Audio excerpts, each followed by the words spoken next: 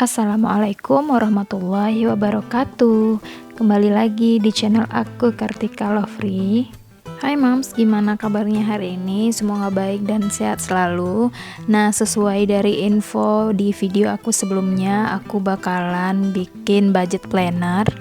Dan ini aku bikinnya sebelum tanggal gajian, jadi bisa buat pengelompokan gaji-gaji itu mau dijadikan kemana atau dialokasikan buat apa aja.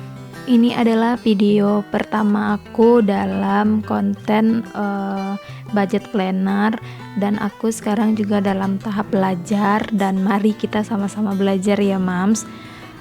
Dulu aku sempat bekerja selama 3,5 tahun, dan setelah menikah aku juga tetap bekerja, tapi hasilnya tidak kelihatan, tidak ada, dan sama sekali kita tidak punya tabungan. Dan sekarang posisinya aku dan suami udah pindah ke kampung, dan aku tidak bekerja, yang kerja cuma suami aja. Tapi tetap aja dari bulan ke bulan, karena aku tidak bisa mengatur keuangan, kita tidak punya pegangan sama sekali, juga tidak punya tabungan.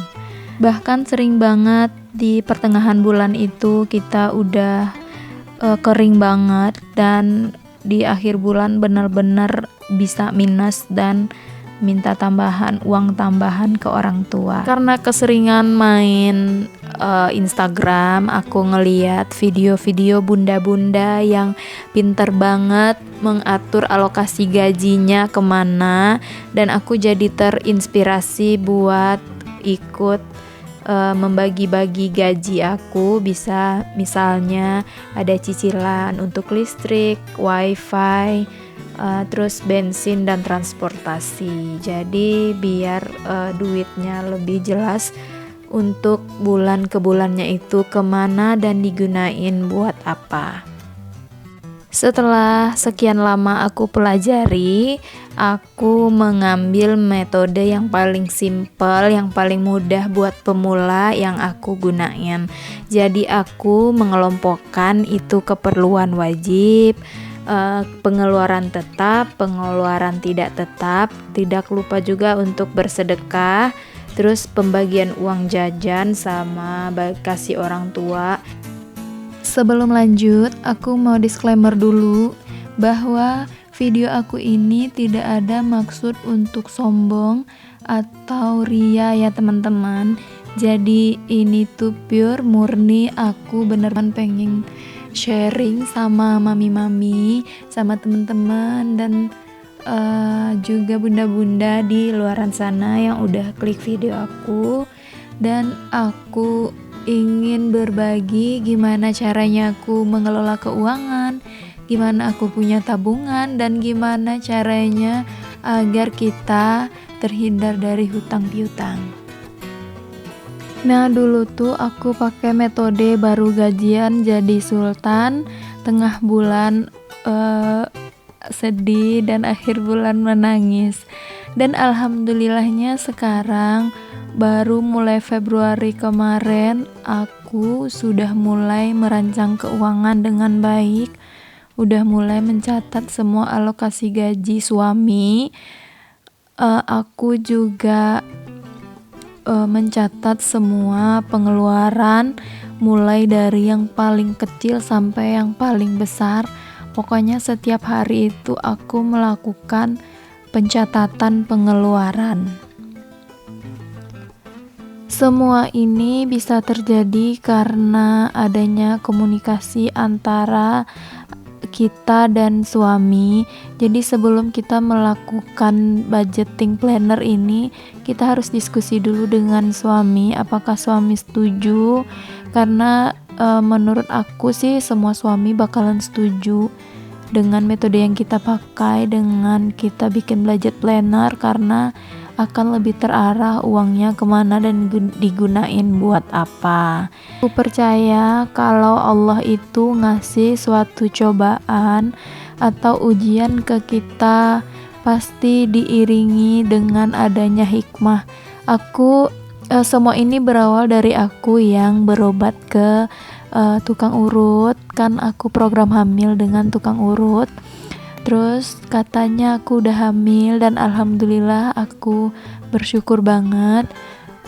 Dan aku mulai berpikir nanti jikalau aku lahiran 9 bulan ke depan, kalau suami aku masih tetap bekerja di tempat sekarang, alhamdulillah aku masih bisa pakai BPJS yang nyangkut ke suami. Tapi kalau misalnya suami udah nggak kerja di sini, gajian otomatis BPJS-nya udah dinonaktifkan, dan aku memutuskan untuk mengatur alokasi gaji nanti buat lahiran, buat masa depan anakku. Dan ternyata di bulan pas tanggal haid ternyata aku haid dan aku kecewa banget, nangis kejer. Tapi aku ya udah nggak apa-apa, aku ikhlas dan aku ambil sisi positifnya. Semua ini bikin aku jadi orang yang bisa mengatur keuangan, berhemat, terus aku juga bisa punya tabungan sedikit dan mulai meninggalkan yang namanya hutang. Dulu kemarin itu aku suka banget pakai Shopee Paylater karena bisa beli dulu baru bayar kemudian. Tapi setelah aku sadari masa hidup begini-begini terus, gajian buat bayar hutang, mau jalan kemana duitnya nggak diatur, mau jajan apa duitnya nggak diatur. Jadi nanti pas di pertengahan bulan jadi minus terus, dan untuk di akhir bulan pas gajinya dibayar ke hutang. Aku nggak mau seperti itu, jadi aku mulai memperbaiki metode keuangan keluarga aku. Tidak selamanya kehidupan ini akan seperti ini ya teman-teman. Dan juga sekarang kan lagi corona, lagi omikron, dan juga lagi musim kesusahan perekonomian. Dan kebetulan suami aku udah mau 2 tahun itu WFH. Alhamdulillah beliau masih dikasih kepercayaan sama atasannya untuk melanjutkan pekerjaannya dari rumah aja.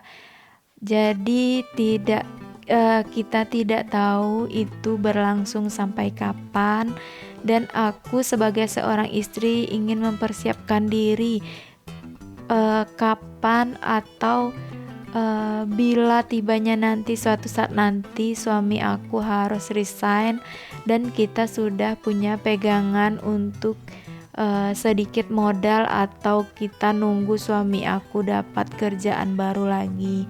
Jadi kita tidak begitu tragis kehidupannya, nggak begitu nangis kalau misal suatu saat nanti suami aku sudah tidak bekerja di tempat sekarang lagi.